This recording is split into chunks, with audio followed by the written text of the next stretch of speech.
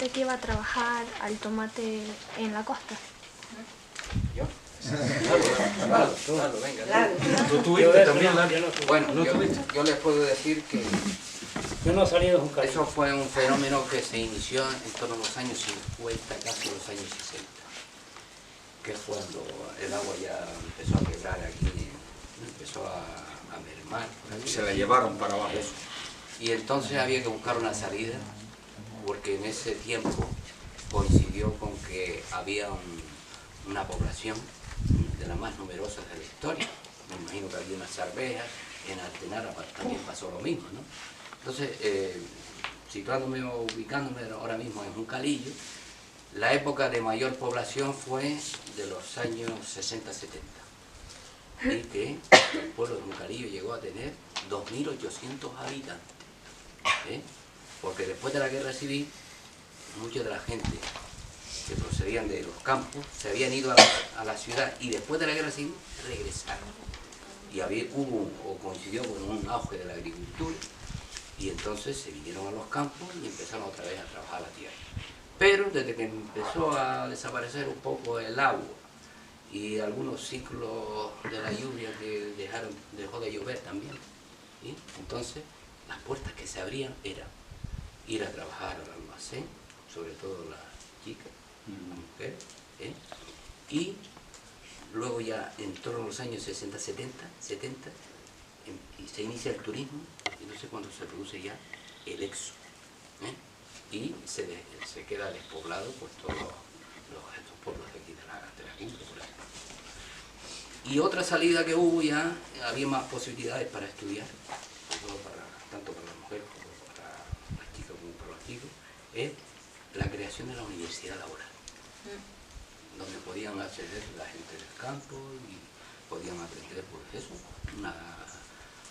un oficio, podían un grado medio, etcétera, etcétera, o el bachillerato, no podían hacer eso. Y esa es la salida que había en esa época, ¿sí? Para los agricultores. ¿Saben cuál es la universidad laboral? El Instituto Felo Monzón, que sube a Tafira, eso era, se llamaba la Universidad Laboral, era un centro de formación profesional, digamos, que tenía residencia, entonces recibía a la gente que tenía... Que vivía con lejos y los transportes no eran... Había oficio, electricidad, carpintería, mecánica, etcétera, etcétera.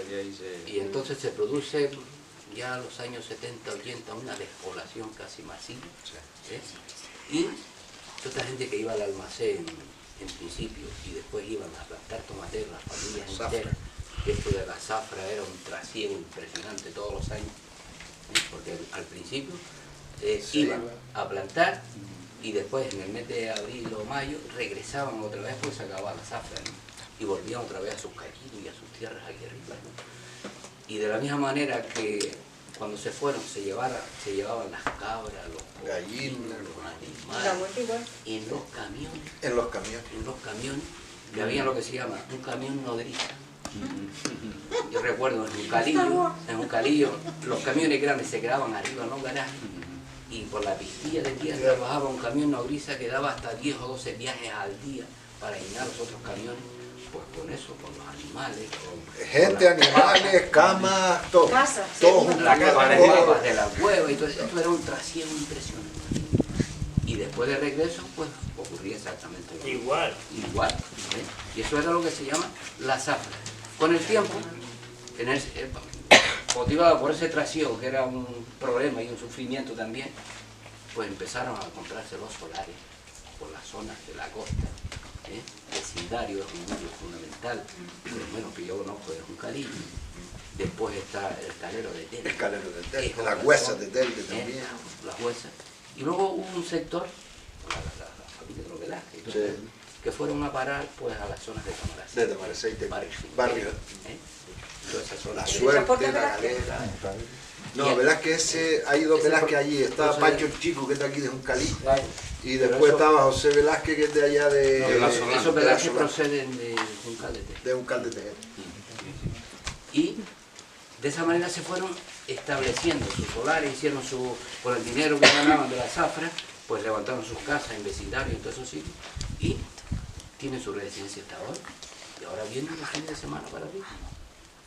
Pueden venir A comer chuleta. y otros.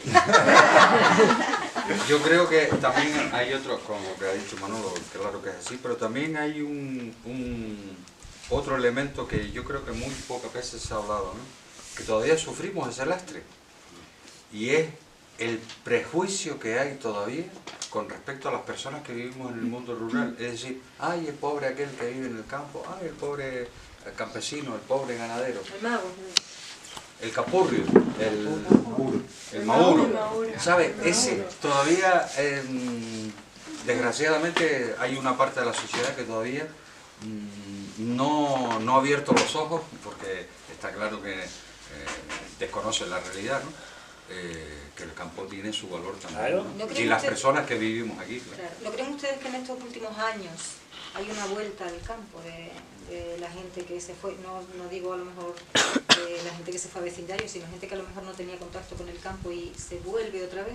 ¿No están los campos, no empiezan a estar un poco Los más...? fines de No semana. lo sé. De momento de Los palabra. fines de semana ya sé que Para más, vivir. pero no hay Para más gente que vivir. viene a vivir del campo. Y Al No cultivo, sé. por esta zona, No, por esta zona es que aquí es complicado. Ahí, Claro, por la distancia. por ejemplo, Moya, la Milagrosa, Ahí sí se lo nota, que está ¿no? cerca Sí. de la Claro, ciudad, ya. que está más Sí o se menos nota que hay cerca, una vuelta al Es que campo. una de las San José del cosas... Álamo, esa zonilla y Para eso, uno de los factores hoy en día que más ha impedido eso es el proteccionismo.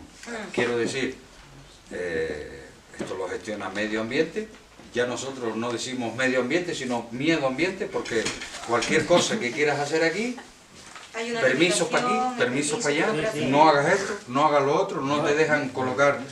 Se te cae un murito de 1 metro cuadrado y tú lo vas a restaurar, como te vea un guardia forestal, 600 euros de multa. Si tú ciegas un tazagaste, que siempre lo hemos cegado para los animales, que El luego mismo. revienta, 600 euros. ¿Sabes? Que hay en ese todo sentido... va por dinero. Hay una anécdota que cuenta mi madre, que no sé si eran fontanales que estaban secando las papas. Generalmente cuando se van a coger Ah, la sí, rama, sí, sí. dice, ¿usted qué hace? ¿Está cortando la hierba? Dice, pues si estos son las papas, que el de medio ambiente no sabía que era la ¿Eso rama es de verdad? las papas. ¿Eso es verdad? Eso es verdad, no, sí, No, eso no, es eso verdad. pasó, Esto pasó. que es verdad, que eso pasa. Pero El otro día multaron a un señor que se le quemó un almendrero, eso fue hace un mes. Un almendrero en su terreno estaba negro como un tizo y él con una motosierra en lo suyo lo quemó. Perdón, lo cortó. 600 euros de multa.